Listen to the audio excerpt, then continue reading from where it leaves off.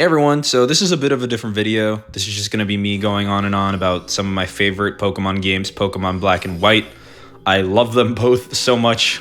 I really hope they get remakes. I really hope they get good remakes. Let me know if you want a video talking about what I'd like to see in those remakes, how faithful I'd like them to be, all that. But today I'm going to be talking about the originals.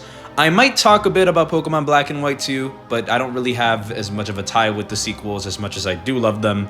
So if you want to hear about those, I could do another video on that, but this is mainly going to be focused on the first two games. I know the second ones are popular, so I just want to give a little bit of a disclaimer before I get into it. So yeah, here is Pokemon Black and White.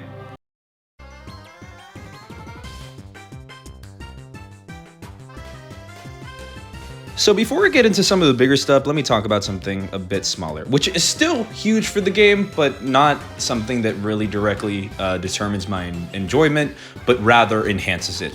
So one of the greatest things about this game is honestly the soundtrack. The music is so great. You're going to be hearing it throughout this video. Maybe I'll play a few samples now or something, but it's honestly insane. The instruments sound great. You really get taken into the world. It really just adds to the atmosphere. It changes with the seasons, winter, spring, summer, fall, boom, everything just adds to the mood. The game also changes with the seasons, which is pretty crazy. Like, as you see, there's some snow in the background of the video, the clip I'm showing the game now.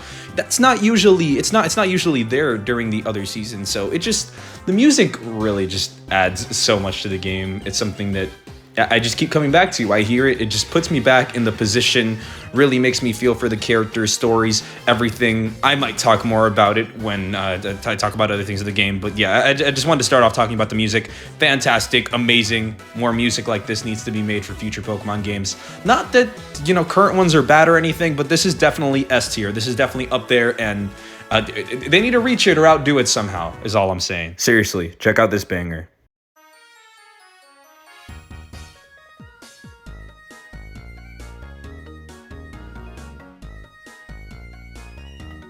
You know that you want to hear this and more. Go play Pokemon Black and White, seriously.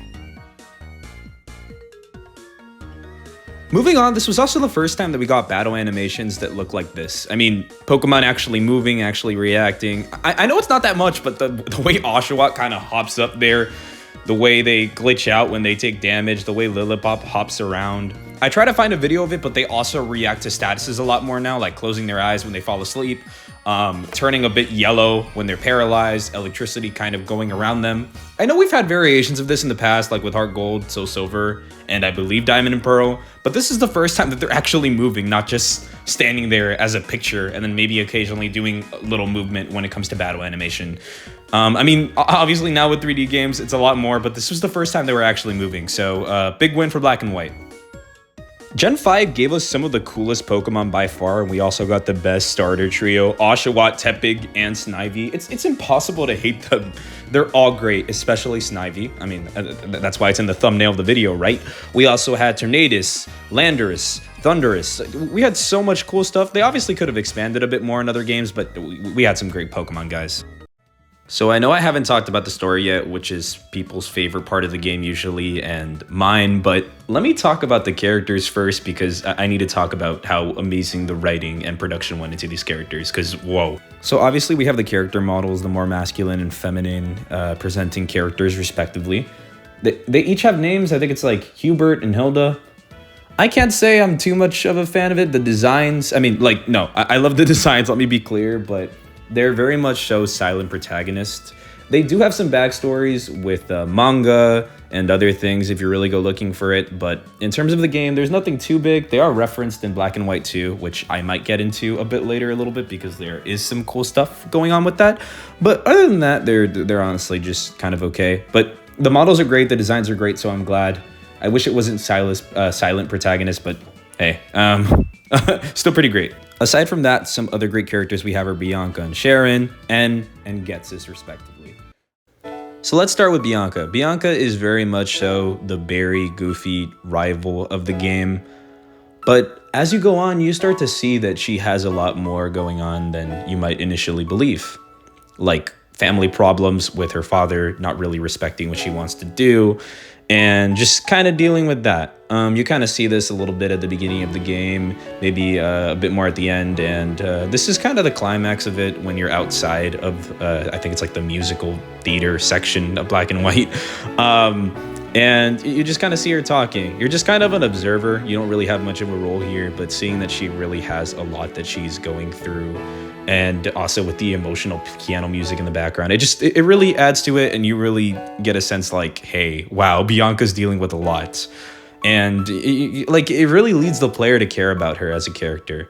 You know, she might seem like she's just kind of nuts, to be honest, but you kind of get to see, hey, you know, she really is dealing with a lot. So I thought that this was a beautiful moment in the game. I really liked that they dug a bit deeper than just, she's funny, she's goofy, but no, she's a person. She's got problems just like everyone else, and I just love all the work they put into Bianca as a rival.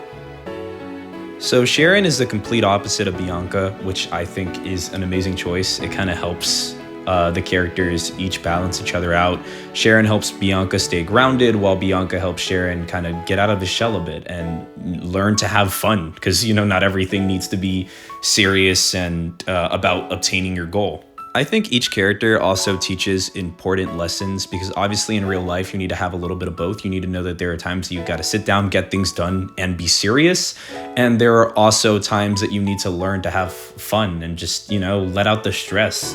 Go do stuff that you enjoy. Like there are things that are both important, and they kind of serve as symbols for maturity in many ways. While growing up, there were definitely a lot of times that I had to learn to, you know, sit there, be serious, and really experience things. I personally felt like I had to grow up a little bit earlier than other people, because I just had so much going on in my personal life, so much that I really didn't have control over. So I had to sit down, take those emotions, learn how to communicate them effectively, and just, you know when to be serious and supportive.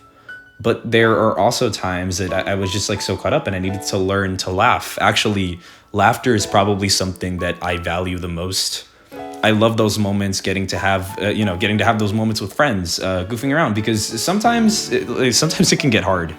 I mean, I know personally for me now, I am in the age that I'm going to college and I'm figuring stuff out. So it's just, I really see a lot of both. I'm like, I have to get stuff done that I need to get done, obviously, but I also need to learn, like, hey, have fun. Let go of these things every once in a while. You can't be stressing about things 24/7. And I have to tell some of my friends that, because I have friends that are trying to apply to med school and they're very focused. So, you know, if you're very serious, go out there and have fun. And if you're not serious enough, maybe, you know, settle down a bit. Make sure to get the things that you need to done. I want to also end off with a quote that Cheren shared that I think ties into the writing. You've been seeing it over and over, but I want to read it for dramatic effect. Strength and strength alone is what matters in this world. So I believed, until I met Alder here. But winning Pokemon battles isn't all there is to life. Once I learned that lesson, my eyes were open to many different things. We all have our own brand of strength, people and Pokemon both. The strength to make our dreams a reality, the strength to protect what we hold most dear. Why do I think this way now? It's thanks to you, and Bianca, and Alder. If only N can see this too, someday. I'm going to take a long, hard look at myself on Victory Road. I'm going to think about what I can do and who I can become. So, yeah, look at this maturity, dude. When have Pokemon characters been this deep in any modern Pokemon game? Tell me. Or even games before this, tell me. You have Pokemon Origins, I guess, but other than that, like, come on, dude. What the, like, seriously? This is amazing. Why haven't we seen this more? And probably the most mysterious Pokemon character you have ever seen or heard of, right? He's the leader of this game's team, which is not an original thing. I know most games have teams, but this one is different and this one is special. Trust me. The music in the background is super creepy, and it wants you to know that. It wants you to know, who is N? He's so mysterious. What's going on? There are so many rumors too, like, there is a chance that N might be a Pokemon. You never know. He might be a Zoroark, and they kind of hint towards that. There's also a lot of creepy stuff in the game, a lot of creepy music, and I think it kind of adds to the dark part of the game, and I honestly really love that. Again, we'll get more into the story later, but N is basically the leader of Team Plasma, a Pokemon liberation group, and he truly believes in what he's doing. He's honestly probably one of the most likable protagonists. Yeah, you've had over and over like, oh, I want to change the world for the better, but nobody is really specific in it. They're just like, oh, the world is ugly. But N genuinely cares about Pokemon. He genuinely wants what's best for them.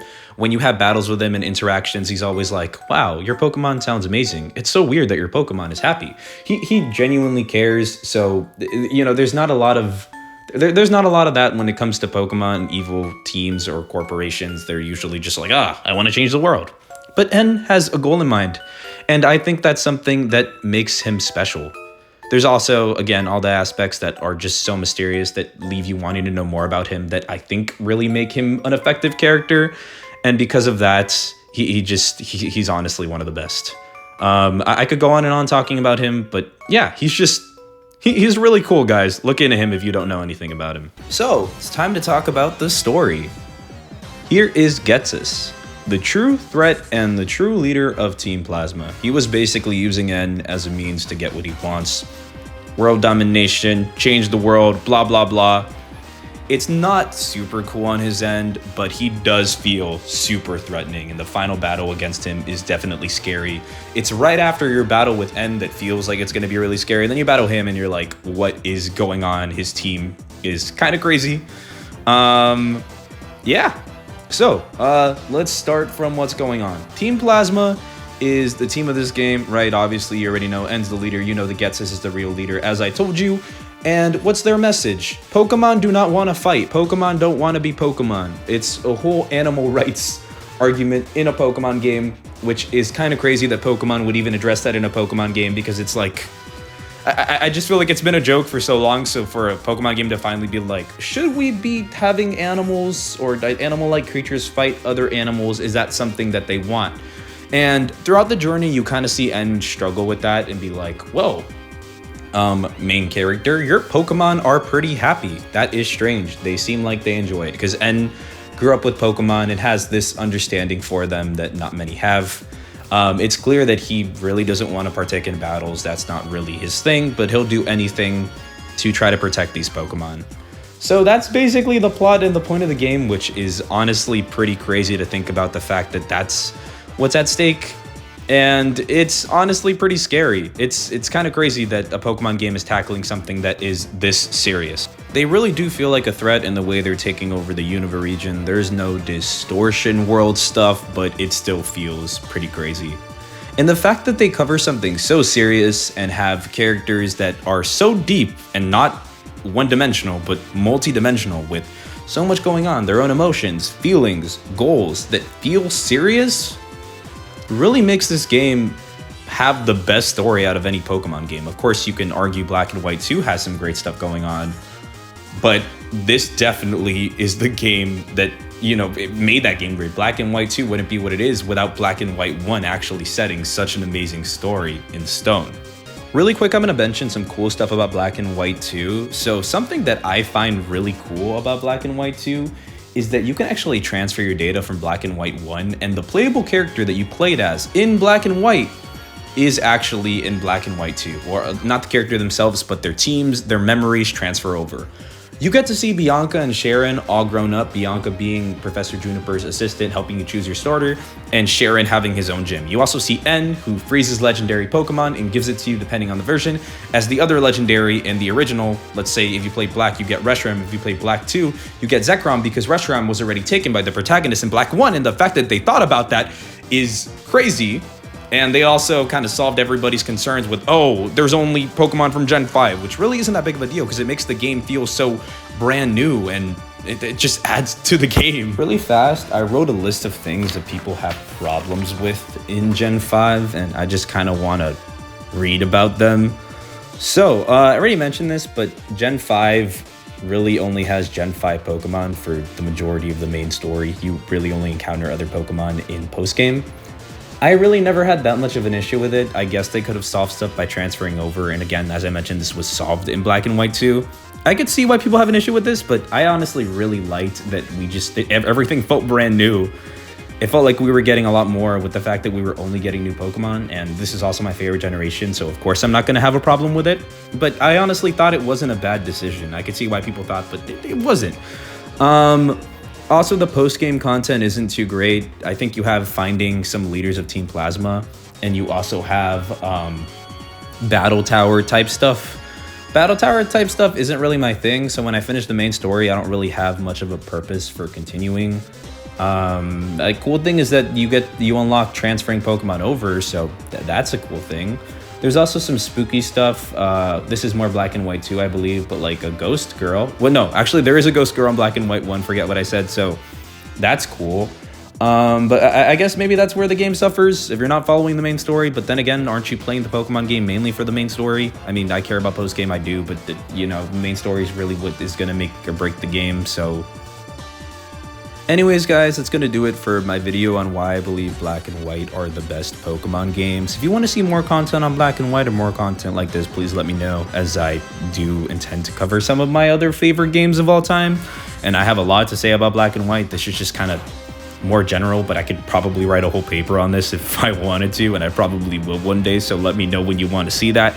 But yeah, anyways, that's it. I really hope they don't ruin the remakes when they inevitably make them. I hope that they come, because I'd love to play this game again on the Switch and just enjoy everything about it. So yeah, thanks for watching. Hope you have a great day. Hope you enjoyed the video. Bye. So me from post editing here, comment down your favorite song from Black and White below. I'd really love to know what it is.